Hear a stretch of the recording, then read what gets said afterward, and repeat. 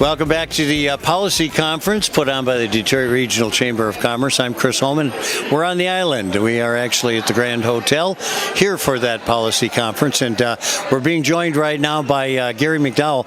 Gary, you are the head of what used to be called the Department of Ag, but now also the Urban Development has been Rural Development. Sorry. Oh yeah, you're absolutely right. We should have called it Rural Prosperity, but we're calling it Rural Development. Although they're doing more urban gardening than they used to. That's Absolutely. for sure. You know, often overlooked is the fact that all these farmers are business people. They are. They run profit and losses, and when they run too many losses, they're not in business just like businesses. Let's talk a little bit about that and some of their challenges. Going forward after the pandemic, one of the things we really learned was how fragile our food supply system is. And right now, Governor Whitmer, she put together a conference or a council on food security.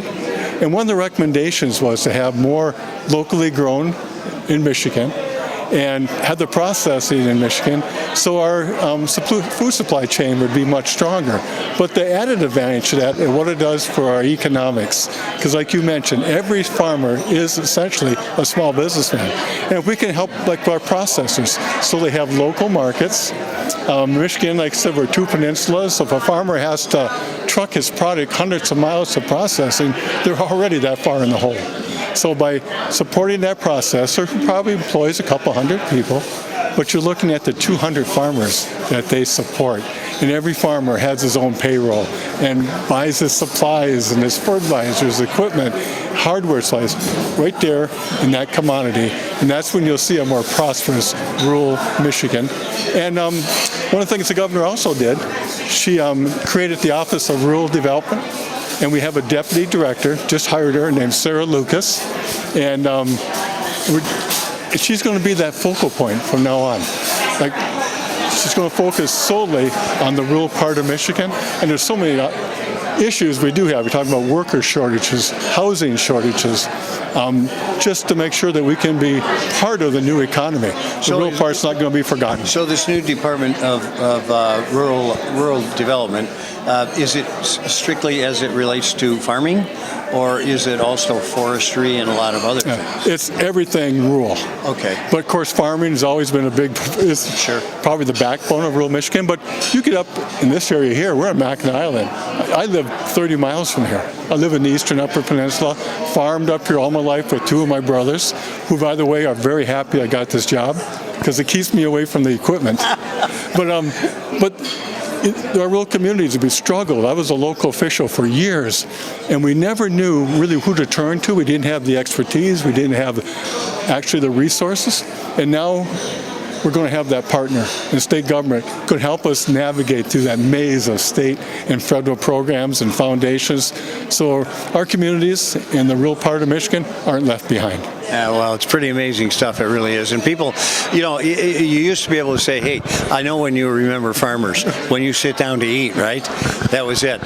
So let's talk a little bit about immigration reform. I mean, I hate to bring that up, and I know you're a state agency, but every state has this same problem. Yeah, one of the main issues in the farm is workforce. We hear that over and over again, workforce. And we need people. To prosper, you have to have people to work and buy your products and that. And I'm in the Upper Peninsula, and we have lost population for every census since 1920. The last census, another 10,000 less individuals in the Upper Peninsula. So how can you grow that economy? You have to have individuals working, supporting their local communities. And that's one of the things, and immigration definitely is probably the only way, because in Michigan, we're not growing population with our people here presently. Birth rates are down, and so we're going to continue to lose population. It's arithmetic. It's just, we got fewer people coming forward. And through our history as a country, people came here, they wanted to be citizens, they wanted to be good citizens, work hard, and love this country. And that's what's built this country. And when they come here, they're doing jobs a lot of us prefer not to, because of all the opportunities there are now. So many jobs out there. So we have to fill them all if we're going to prosper. Well, listen, all my uncles were farmers, and I remember being up in that hay loft when we were throwing hay around. and that was not a job I wanted to do. Do you know? I've done that all my life. That's what we do. Our family business is high quality racetrack hay. Oh, is so that right? Yeah, I know all about loading hay. I've loaded so much I was hay on in the my other life. end of that too for a long time. Grew up in Northville, and we had a racetrack, and I trained harness horses. So we were buying your hay, and my uncles at the time. Okay, so let's go forward now, because if you used to, as we did, got on the back of a Ferguson or one of the early Ford tractors, it's not the tractor you sit in today. No, that's a lot of people. They think of farming. They think of cows and sows and red barns or plows, but no, it's so high tech now. Yeah. That's why like broadband is so important to our farm community, and to move forward to make sure that we protect the environment, farming, and lower our costs.